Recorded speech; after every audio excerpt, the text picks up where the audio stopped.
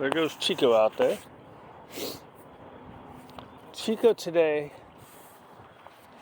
he's still, look, he's showing me that his leg is better, right? We got back up to our full 2 hours of walking yesterday. He looks pretty good. Mostly he's limps in the grass. So for me, that's tempting to want to start playing already, but we haven't done 10 days yet.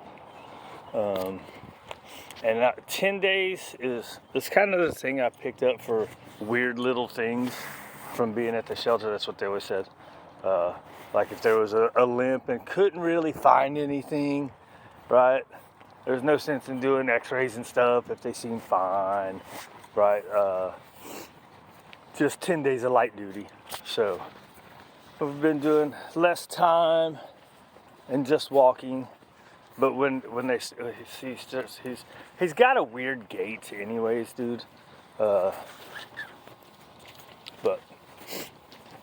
he had a limp, like when he would put his foot down, he'd kind of pick it right back up. There was nothing in between his toes. I did his nails, and it wasn't his nail digging in, you know what I mean? I was trying to think of weird little stuff. Whenever stuff like that happens, you try to think of weird little stuff when you can't find anything. So I think he just kind of twisted it weird, because it happened when he was inside. It wasn't even when we were outside playing or anything. So I don't know. Anyways, because what he does is he gets excited. When I go in to get him, he gets excited and he spins around and blah, blah, blah. And sometimes he has his bones all over the place, so maybe he stepped on it and it twisted his knee weird. So anyways, all that to say, Chico's talk today is gonna be, why have you started coming over here so much? He used to never come over here. Well, I mean, like, not right here. He used to come over here in between there and up at the end. You like the smell of Rio there? Has Rio started peeing there more? Or the new dog? We got a few new dogs in the area now. Maybe they're all busy over here. So anyways, all that is a nice wasted 2 minutes that I was supposed to talk about. There's a new guy here. Come on over here. Because we got a pole coming up. I won't have to deal with it. Let's let you guys watch the grass grow. And check out Chico over here, man. So, I found this new guy on YouTube. So, I like to listen to all kinds of different perspectives. So, first, I'm going to get this out of the way. In today's world, it's so weird to me. Like, we have so much information. And everybody can have something on YouTube, and everybody can have something on Facebook and all these other platforms, right? But so many people are just into listening to the same perspective. They're listening to 10 people saying the same exact thing, and that is just super weird to me. Like before the whole internet thing got big, I could understand that because you're only around your people, so you only get whatever's on the stupid TV and the people that you're around, right? So you see 9 people that are going to have the same thing, same idea, right? And you might see one person every here and there that's different, right? But even back then, we were more into actually wanting to learn and hear other people's perspectives.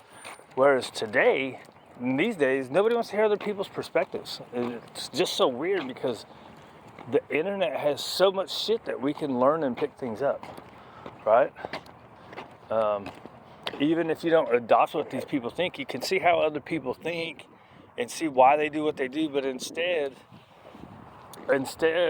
like in these days, people are like, oh, that person thinks different, so they're stupid, or they're not worth listening to, or you know what I mean? It's so weird. So anyways, that's that part of it. There's this new dude that I started watching initially because I wanted to see what he said about Zach George, because I like when people dog Zach George. Just because he started a big war with all the dog trainers, right? So it's just, he himself started so much crap in the dog training world about being divisive and against each other. So I mean, it actually wasn't he himself, because he just says stuff that people put on a piece of paper in front of him. He has no clue about anything, or no way to think for himself. So, anyways, what's the point? Oh yeah, so that's why I started watching the guy. Now, he has some interesting perspectives, right? He has some things that he thinks the same as other dog trainers. You know, of course, that's the way everything is. Some of your stuff is going to be the same as everybody, and some of your stuff is going to be different, right? That's the way the world should be. But he has started going off on kind of the dog trainers in general, kind of the way Zach George has, right? So he's kind of starting his own little war against all dog trainers. So, like last night, I saw one.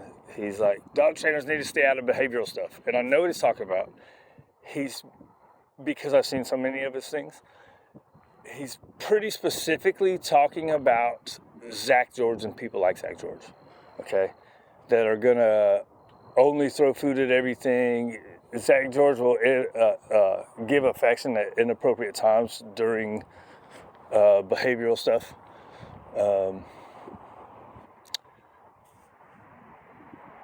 But this guy is trying to say that nobody should be doing it unless they're doing it his way. And it's like, you are exactly like Zach George, dude.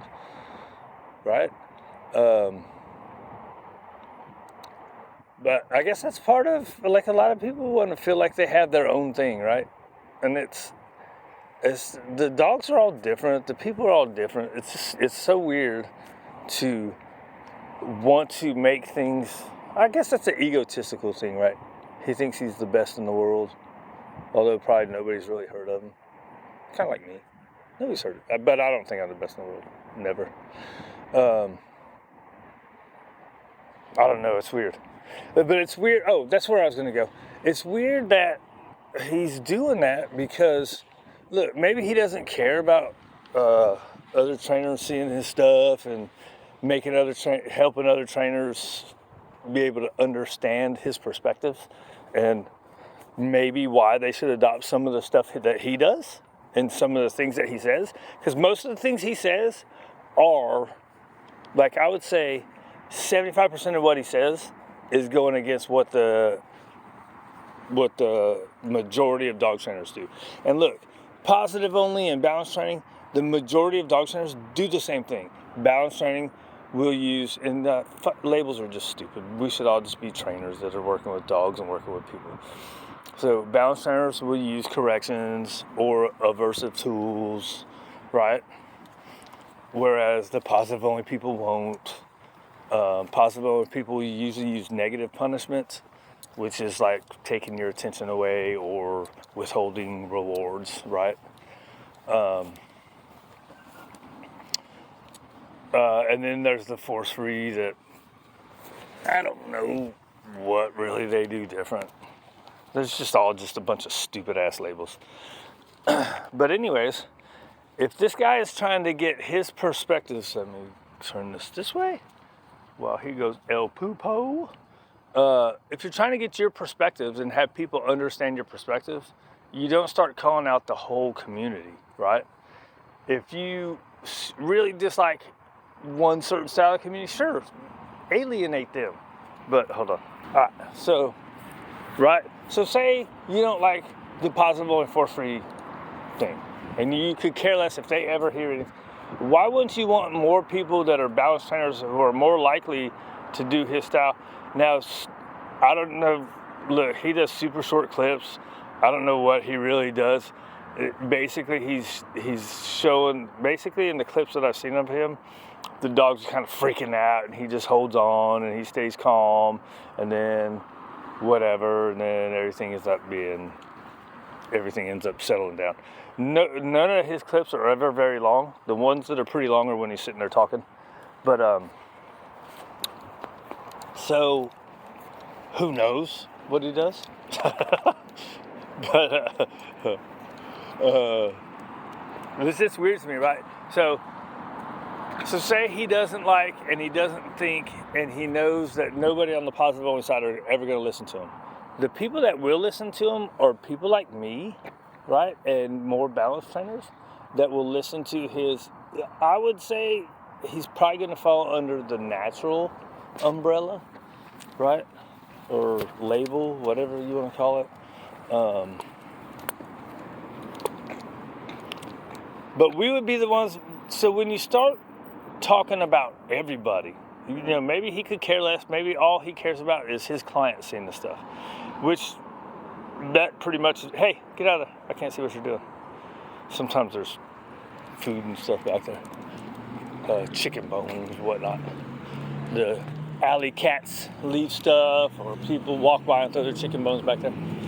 But, right, you know what I'm saying? It's like, so first, now he's starting to be kind of arrogant and think that he's better than every single dog trainer that's in the world, right? Which, you got to be confident in yourself, right? But you start getting into the arrogance thing, then you start turning people off, and it's like, I started listening to the stuff basically because I thought it was funny that he went off on Zach George. But then he had some interesting perspectives that when people have different perspectives, they make you think, and you go, I can use that at some points. Or I don't agree with this, but maybe with a certain dog it'll help me out. Or maybe with a certain person if I can explain something this way. You know what I mean? So it's weird to alienate people that are in your community, right? The dog training community. It's weird to alienate everybody, I guess is where I'm going. If you, like, there's 3 or 4 different styles of doing something in which you do it. In which, like, I saw this thing Joe Rogan was talking about, Bruce Lee, right? Pretty much made MMA, right? There was, if you were way back when, judo were judo, karate was karate, this was this, and you didn't like the other, right? You couldn't practice the other styles of fighting. But Bruce Lee was like, nah, forget that. We're going to use everything, right? So then that eventually birthed the UFC, right? Because people started doing things different. Taekwondo, right? So all that. So Bruce Lee changed the mindset within the martial arts thing. And that's the way it should be in dog training, right? And because it's weird, like the positive only people these days, right? They're so proud of the school that they went to, and I learned positive only, and I'm better than everybody else. Well, you know, balance trainers do 90% of them these days do all the same stuff. Like I got when I first started, I got this thing from the Absolute Dogs, and they're very, very, very, all they ever talk about is food. It's all they never talk about your energy, but I mean, they show it, right? But they don't talk about how important your energy and your body language is. I've never seen them talk about it.